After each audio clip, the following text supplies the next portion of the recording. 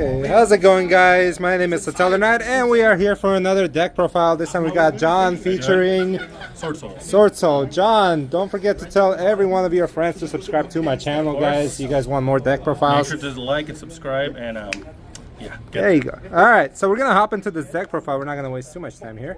Let's go ahead and introduce the Swordsoul. All right, Swordsoul. You guys know this by now. You need the 4 tokens. Definitely gotta get that going. What? Look at these things. Can I see them? Yeah, go ahead. Let's show it to our lovely audience here. Beautiful. Is this custom made, huh? Yeah, I got it from Etsy. Wow. Okay, don't tell them where you got it from. It's a free promotion. I'm kidding. True. All right, let's go into it. All right, let's get on with the deck profile. All right, play 3. Incredible Ecclesia. Okay. I've seen some people play 2, but I think that number is incorrect. You definitely need to see this. It's a good going second. It's a good discard fodder, and it's another tuner target that you can have for the deck. So definitely play 3 of this one. I will get Starlight soon. Nice. 3 Swordsoul or Moye. Yep. That's the heart and soul of your deck. This card is essentially the engine that keeps going. If you summon this card, you reveal a worm or a Swordsoul card. You get to summon a token, and then if you use it as a synchro material, you get to draw 1 card, and that's pretty good. You get to summon a bunch of really high level level 8. So it's your starter? It's your starter. Yes. Okay. All right. 3 Swordsoul Strategist Long Yuan. That's your way of getting into level 10 synchro monsters. You reveal this card 1 worm or 1 Swordsoul card to the grave. Summon it. Summon a level 4 token, tuner token. And then if this card is used as a synchro material, you burn 1,200 life points for against your opponent. Nice. It's a good time card too. Yeah, definitely good time. All right. And only 2 Swordsoul Taya. It's like your late game, mid game card. You only need to play 2. You need to play more than that. Another level 4 summons a token, level 4 token. You banish 1 worm or 1 Swordsoul card from your graveyard.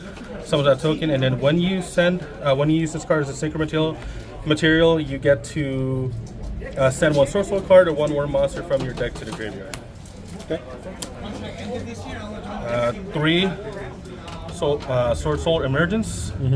That's pretty much your rota of the deck. It's insane. I'm really happy that Konami never hit this card, because if you were to hit a card, it would be this one or Moye.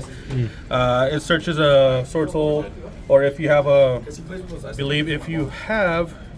if you control a synchro monster, you can add 1 worm monster instead. And this deck does play Tenys, which are worm monsters, so that's another like extender that you can get. Okay. Nice. Definitely get 3 of that. That's the rota of the deck, basically. Yeah, pretty much. Yeah. All right.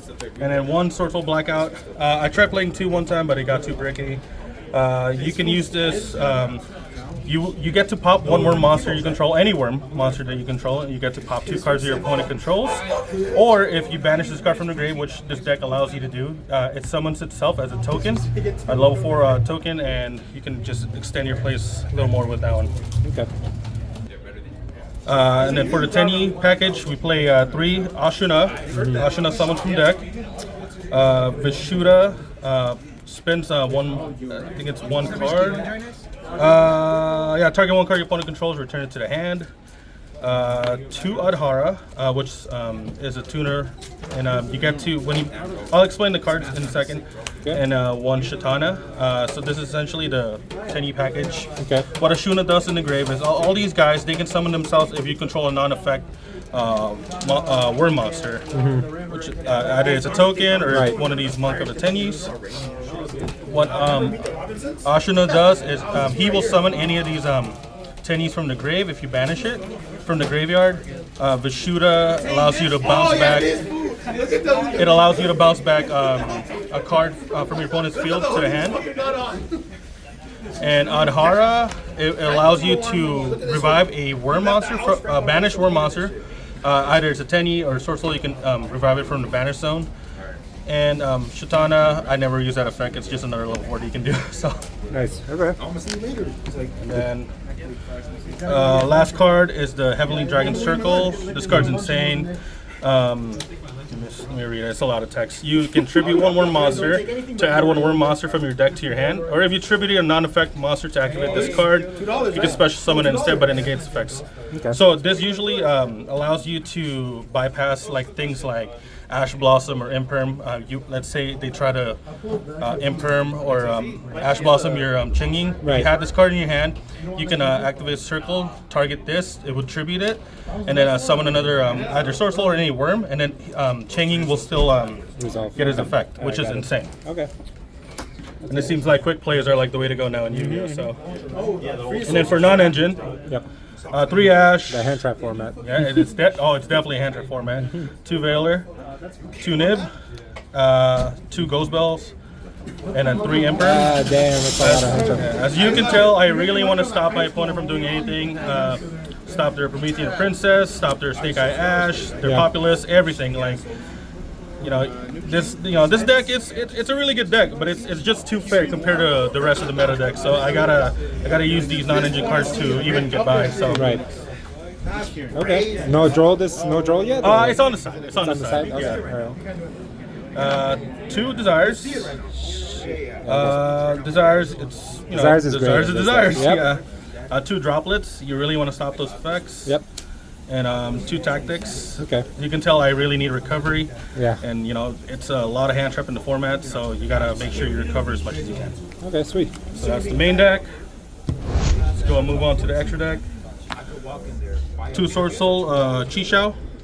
Look at this beauty. Nice, dude. You really spent in on this one. Oh yeah, no, I love that card. That card's amazing.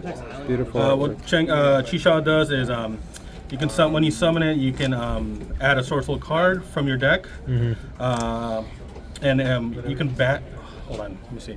You can banish 1 Swordsoul, 1 worm from your hand or graveyard, which is pretty easy. It's a quick effect. And target 1 effect monster in the field and negate its effects until the end of the turn. Okay. So that it's always like gonna an have Imperm, a basically. Yeah, exactly.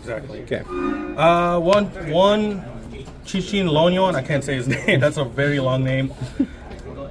I've actually haven't summoned him in a long time, but he's also insane. If you have a synchro monster on the board, he has an effect where you can draw 1 card if you synchro another worm monster, which pretty much my entire deck is worm. And if my opponent specials a monster, except during the damage step, I can banish 1 of those monsters, and if I do, inflict 1,200 damage. Nice. Okay. So really good time card. All right. 1 Sovereign Cheng-Ying. Cheng-Ying's insane, considering I do banish a lot from this deck. He gains 100 attack and defense for every banished card in the graveyard. That includes my opponent and myself. His effect is I can, whenever a card is banished, I can banish 1 card from my opponent's field or graveyard. And essentially that's insane. It's a quick effect. So correct me if I'm wrong. Are you running SP Little Knight in this deck? Actually, yes I am. Because the interaction with this, if I'm not mistaken, with SP is pretty nutty. Absolutely. Okay. On Baron de Fleur, you guys know what Baron does. This is a tech choice that a lot of people don't do.